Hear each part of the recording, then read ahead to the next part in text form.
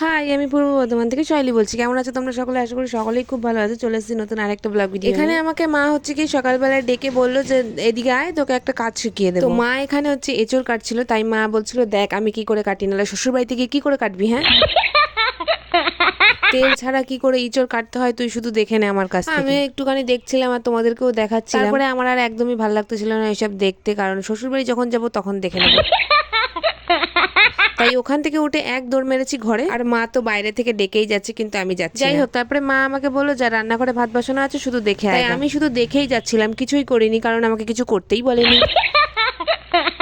তারপরে এক ধাতানি দিয়েছে, তাই জন্য হাড়ির ঢাকনাটা আবার খুলে দিয়েছি। যাই হোক গাইজ, ওই সব কথা ছাড়ো। এখানে আমি দেখো কতগুলো ভুট্টা নিয়ে বসে পড়েছি। ভুট্টা খেতে কিন্তু আমার বেশ ভালো লাগে। তোমাদের কার কার ভুট্টা খেতে ভালো লাগে অবশ্যই কিন্তু জানি। সকাল থেকে ভাবছিলাম যে অনেক কাজকর্ম করে ফেলেছি, এবার আমাকে কিছু খাওয়া দাওয়া করতেই হবে, তাই জন্য এখানে আমি ভুট্টা নিয়ে বসে পড়েছি। ওর জামা প্যান্ট গুলো ভালো করে ছাড়িয়ে নিচ্ছি।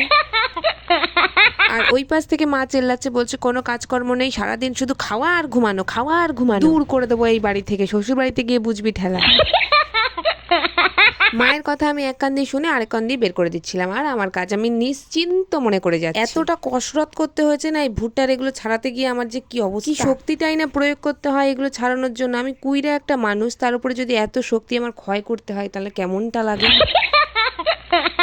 ভুট্টাটাকে পুরাবো, তাই জন্য আমার একটা লেবু দরকার। বাড়িতেই রয়েছে গাছ, আর এক দৌড়ে চলে গেলাম গাছের কাছে, গিয়ে একটা কোষ্টে লেবু নিয়ে, কারণ গাইস এর থেকে বড় লেবু গাছ আমাকে আর দিতে পারে। তারপরে শুরু করে দিলাম ভুট্টাটাকে পোড়ানো। ও ভুট্টাটা হচ্ছে পাশের বাড়ি থেকে একটা বড় মা আমাদেরকে দিয়েছিল আর কি খাওয়ার জন্য, সেটার তো সদ্গতি করতেই হবে না। আচ্ছা, তোমাদের ভুট্টাটা সিদ্ধ করে বেশি খেতে ভালো লাগে, মানে ওই সুইট কর্ন হিসেবে বেশি ভালো লাগে, নাকি এমনি কর্নটাই বেশি ভালো লাগে? অবশ্যই সেটা কমেন্টে জানাতে একদম ভুলবে না, তোমাদের জন্য কমেন্ট বক্স তো খোলাই থাকে। আফসোস একটাই যে তোমরা কেউ কমেন্ট কিছুই করো না। যাই হোক গাইজ, লেবুটাকে তারপরে স্লাইস করে কেটে নিয়েছি, মানে এক পাশ কেটে নিয়েছি, তার উপর দিয়ে একটুখানি নুন ছড়িয়ে দিয়েছিলাম। এখানে বিট লবণ হলে বেশ ব্যাপারটা আর একটু ভালো হতো। যাই হোক, যা লবণ আছে তাতেই কাজ চালিয়ে নিত। এখানে আমি নুন আর লেবুটাকে ভালো করে এখানে ভুট্টার উপরে মালিশ করে এইভাবে একবার বাড়িতে বানিয়ে ভুট্টাটা খেয়ে দেখবে কত টেস্টি হয়। আর এটা তো দোকানেও কিনতে পাওয়া যায়, দোকানেরটাও ভালো লাগে আর বাড়িটা তো আরো বেশি করে ভালো লাগে। লেবুটুকু মাখানোর পর আমি যখন প্রথম একটুখানি কামড় দিলাম, উফ, মুখের ভেতরে কতগুলো ফ্লেভারের বাস্ট হচ্ছিল।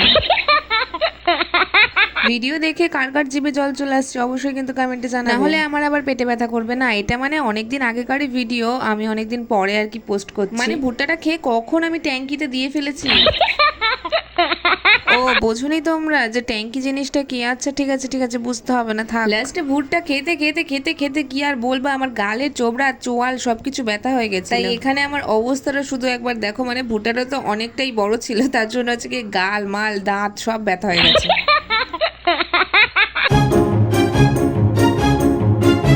যাই হোক, তারপরে আমি চলে আসলাম এখানে হচ্ছে একটু ঝাড়টার দিতে, ঘরদোর ঝাড় না দিলে হয়। আর সন্ধ্যার দিকে একটুখানি রিলস বানাচ্ছিলাম। তো আজকে এইটুকুই তোমাদের জন্য ভিডিওটা তৈরি করলাম, তো দেখা হচ্ছে কালকে।